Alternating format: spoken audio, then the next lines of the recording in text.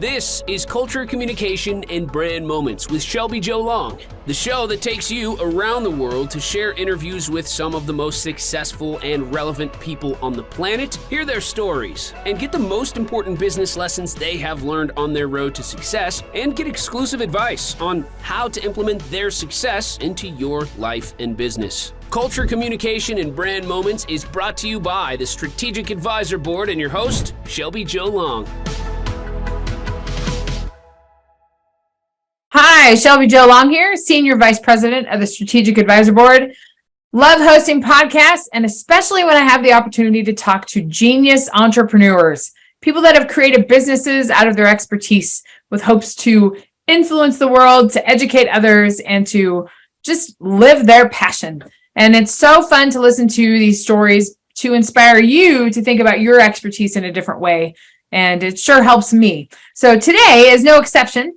We are talking to Mahnaz. I'm going to let her introduce herself and her business of Samadi Yoga. And so Mahnaz, welcome to the interview today. Happy that you're here. Well, thank you, Shelby. I'm happy to be here, and thank you for having me. And yes, my name is Mahnaz. Last name, I told you don't have to worry about the last name. It's longer than the first name, Jahangiri. But anyway, I am the owner and director of Samadi Yoga, and Samadi Yoga actually started back in 2008.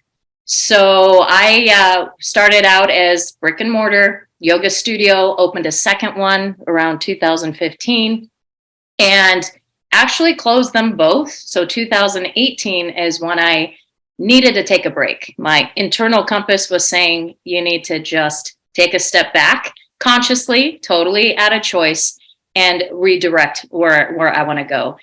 So when the pandemic hit, I was like, okay, so my internal compass was accurate, because it would be a lot harder trying to run one or two studios during the pandemic, but I did start teaching online. So now it's an online membership platform. I teach live classes every day. So we do yoga Monday through Saturday, and Sundays we do meditation. And my video library is up to over 600 classes now. And the classes include yoga. They include three different styles, Vinyasa yoga, Hatha yoga, Yin yoga, includes mat Pilates, and some meditation classes. And then some specialty classes like yoga for back pain, yoga for injuries, yoga to energize the body. So I try to cover as many categories as I can to help people out. Yeah, that's amazing. Let's unpack some of those things. So this whole movement, I want to talk about kind of the breaking points, or not the point where you realize that the brick and mortar businesses are. It sounds like you're a solo entrepreneur, and that's a lot to be running for a solo entrepreneur. 2 studios, managing 2 studios. So I kind of understand that. What point did you realize that maybe it's time to get out of the brick and mortar space and move into a different space or think about something different? Yeah, honestly, Shelby, it was my last option to actually close. I really loved the communities that I created. I loved the interaction with the students. I loved the interaction with the teachers, because I did teacher trainings and I would mentor a lot of the teachers. I loved all that. But there's so many other aspects of business, as you know, especially when there's a space. You've got your rent, you got your bookkeeping, you got your marketing. How do I stay ahead of the competition? And I think at that time also, there was this fad around yoga and music, dance music, for a lot of studios. And it was the playlist. And I was like, okay, this whole yoga thing is getting really watered down. And it's really other fitness facilities using the word yoga, but adding other elements that really didn't make it quite yoga. It was partial yoga. And, and a lot of people, because the one studio was in a small town, it was very hard to stay in business, in the sense that people almost were like cattle. They just kind of all go to the new thing and the next thing, And I got to a point where really I loved it. I do love running a business, but I love the teaching more, and I love helping people more. It got out of balance. I was working 7 days a week. I mean, it was nonstop, because the studios, both of them, were open 7 days a week. So at one point I was dealing with about 25 teachers at the 2 different studios. I'm dealing with, I don't want to get into the dollar amount of rent. And it was just a lot. And then the teacher trainings, which I love, really took a lot of energy. So I was like, and it was, I mean, I had help, but I never had especially one person for, it never got to a point where I can comfortably pay people what I would want to pay them and have them be full-time employees. So most of the weight was on me. And no matter what you love, how much you love it, there's a breaking point if you don't have balance. Absolutely. And then it's fun. I want to ask about if your entrepreneur influences, because I wonder if your family had something to do with that too, that made you passionate about starting your own thing and doing your own thing. Because I think that's a pretty big part of that. But also in that transition between the brick and mortar and moving to, sometimes it's not a clear path of like, well, I'll just make it an online program or a membership community. Sometimes so I just need to step back and then it emerges. So absolutely. What was that process like? So that process was completely, it was the most shocking experience of my life. I mean, talk about giving up your community, your identity, what you do 7 days a week for 10 and a half years, and then nothing. It is one of the scariest things because you're like, who am I? But it is so important to connect deeper because it was all outward for me. And all of a sudden it was like, turn it inward. And my dearest friend would always be like, you have these great studios. It's almost like a front.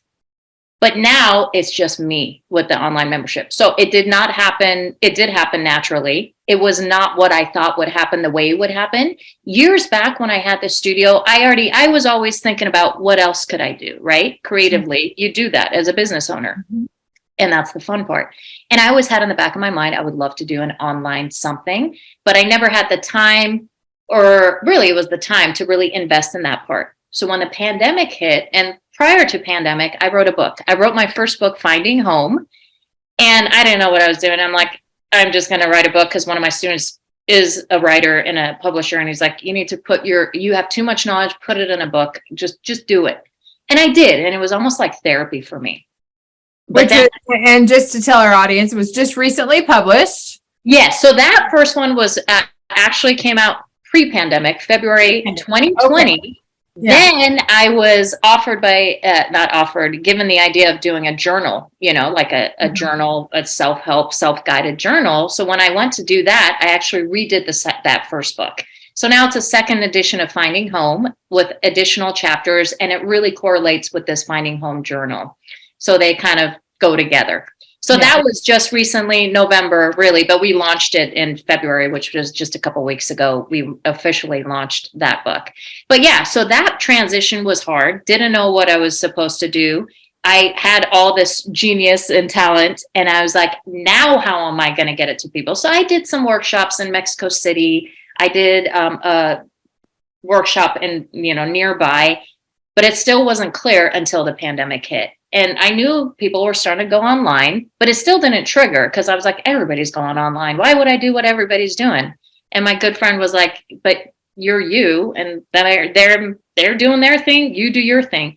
So I literally have been pretty much only with maybe 2 or 3 days off, been teaching every single day online and really loving it because it's challenging in a different way. Am I still effective? Am I still communicating effectively for these people to be able to do it at home? And surprisingly, a lot of the students were with me when I had the studio. Their practices have actually improved because of the convenience, because they're doing it more often and because they need it. With the pandemic, everybody's nervous system was just out of control, So thank God it became clearer and clearer as I moved forward. Yeah, it's a journey for sure. For sure. Talk to me about, because you've been an entrepreneur in many different methods and facets. And so now you transitioned your entrepreneurship journey. It's a different journey now. But what inspired you to be an entrepreneur? Was that in your family, in your background? Because in my experience, we're not really, I've made the transition from academia into entrepreneurship. And that was something, you're in academia, you have a nice schedule, but then it wasn't something that taking a step into starting a business where you could easily fail and you could easily not hit a market, and where you spend money and you don't know if things are going to stick. It's a fearful thing, just entrepreneurship in general. So Huge. tell me about your influences. Yes, huge. So, in the book, I read about this, and my family, just like your family, education is top priority. So the whole reason that my parents chose to come to the US was really for education for us kids. And yeah, so that was huge. And of course, my old school, kind of parents were like, you got to be a doctor. You got to be a doctor, or you got to have something that you're never going to worry about finding work, and you're going to be needed and you're going to be helping people. So my goal was I was actually, biology major. I was like, okay, I'll go for it. I'll be a doctor. I love kids. Maybe I'll be a pediatrician. But as I was going through it, I was like, this isn't for me. I knew I wanted to help people. I knew I want to be, have a purpose and serve. But I actually ended up working in television. So I live, right outside of LA. And I just got to a point where I'm like, okay, medicine's not going to be for me, not in the way that I think it is, but let me just do what I think I'll enjoy and that I think has a lot of potential. Let me rewind a little bit. Dad's a businessman. He didn't want that for me, actually, because it is so scary. He wanted something more stable, like be a doctor, right? You never have to worry about having to create business. You're just going to be needed. So that's definitely in my background. And Dad did very well, and he gained a lot and he lost it all. And then so it is a scary thing. It's very scary. It's very raw. It's very creative. And it really takes a lot of self-motivation, as you know, and ambition and all that stuff. But I was a TV major. And while I was in TV, I did enjoy it. Parents were a little disappointed at first.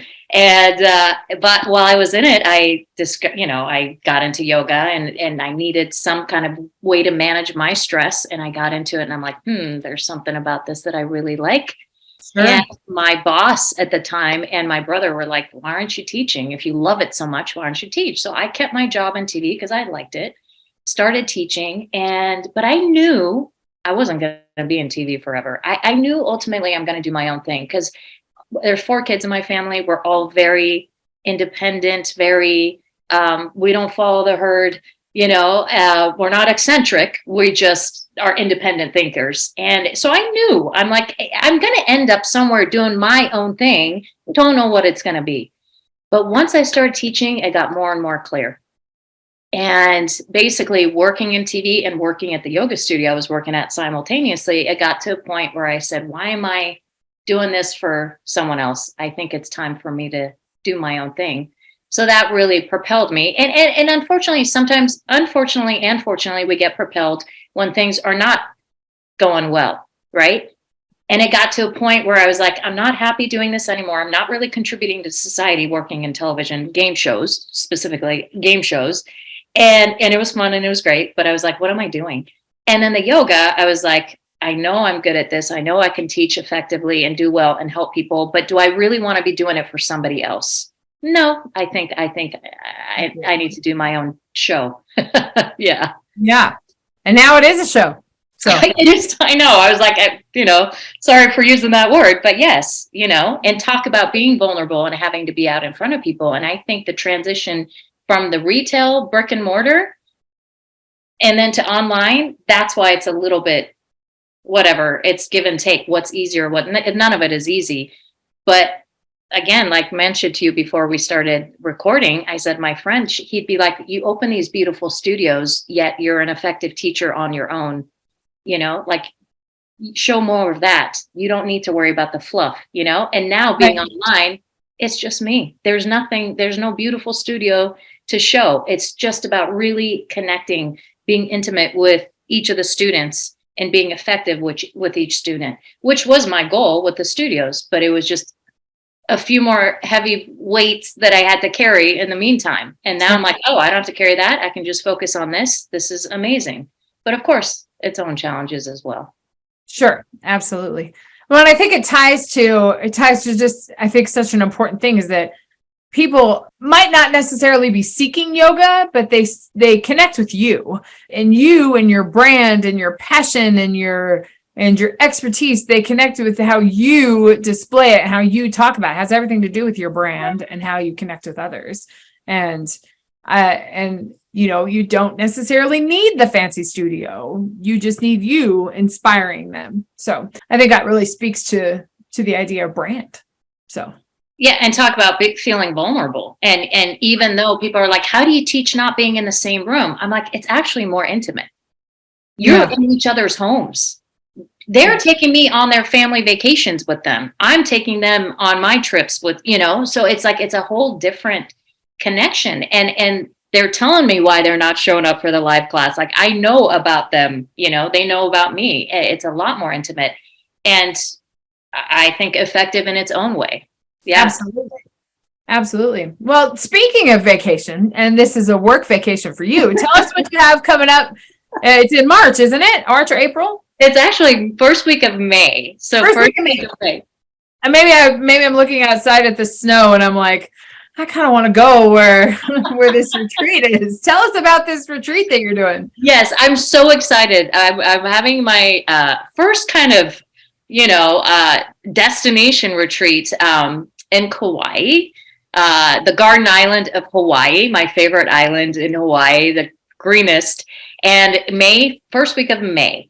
And it's wonderful because right now I have students all over the country and I've actually haven't met some of them face to face. So this is an opportunity to not only meet them, but to be together in one beautiful location. It's really a 3-day retreat. So I thought, you know what, make it short, make it sweet. One of my favorite places, and just connect to nature mainly. That's what you do in Hawaii, connect to each other. We have such lovely people, and just connecting to ourselves ultimately and just getting that break. And I just, every few months, during the pandemic, it's going to open up, it's going to open up, it's going to open up. And finally, I feel like it's a time where people are feeling comfortable traveling, being around each other, wanting and craving to be out there and having somewhat of a normalcy back. So that's what's happening. And I'm really, really looking forward to it. Yeah, I really want to go. I want you to go. And I really think people are craving that. They're craving that connection, but then also having the opportunity to work on themselves. So I think that's a tremendous opportunity. So where can our audience find out more about this and more about you? Yes. So my website is samadiyoga.com, and there's a Kauai retreat tab on there. There's a book tab on there. There's Join Studio if you're interested in becoming a member and doing live classes, or you can even just do one live class a week and still have access to the video library. It's all on there. And of course, more details about me. And really, the book has some of my background in there, but really it's about finding home and my journey in finding home. As we were talking, I was born in Iran and didn't know what that even meant. I'm like, and here's the part that I did mention in the book is I went back to Iran in my early 20s. And I'm like, oh, well, that's where I was born. I should connect. Not at all. I felt like a stranger in the land I was born in. So I was like, okay, it's not a location. So really the yoga practice, the meditation practice, the spiritual practice of connecting deeper is what yoga has helped me to do. And it's made such a huge impact and made me a happier person, one who can fill their own cup and be able to serve more effectively. And I thought it was worthy enough to put it in a book. And I thought, well, that's another way of reaching more people. Maybe they're not going to be students. Maybe they just read the book and use the journal and have that help them out. Yeah. Absolutely. I think that you are the perfect example of somebody that's created multiple income streams out of their business. And I think there's more to come. You have this retreat coming up, but I think there's other ways I'm in the digital course space. I think there's a ton of opportunity there. I think there's lots of other ways to engage. And I think it's just the beginning for you in this online influencer journey. And as we were talking before too, Shelby, about getting out in front of people, that's the other thing. Like I'm so used to being on video and Zoom, it's like, oh yeah, I want to get back in front of people. I'm actually teaching at the Yoga Expo. I did teach at the LA one in January. There's one in March 18th in Fort Lauderdale. So it's the Florida Yoga Expo. So I'll be teaching there as well. And I'll have a little coaching corner, and I'll have my books with me. So yes, so I really just hope to help as many people as I can, and trying to get out there in front of people as well. Well, you have a mission where you want to help people connect better with themselves and relieve their stress. And I would imagine that most of our listeners are looking for just that. So I encourage you all to check out this site, Samadi Yoga, and we'll be sure to include that in the show notes too, so people have direct access. And man, do I want to come to Hawaii in May, especially as I look outside and it's like 0 degrees right now. So, well, the average temperature in Hawaii, it's about 80s, right? I know. Yes. I want to go. I want to do it.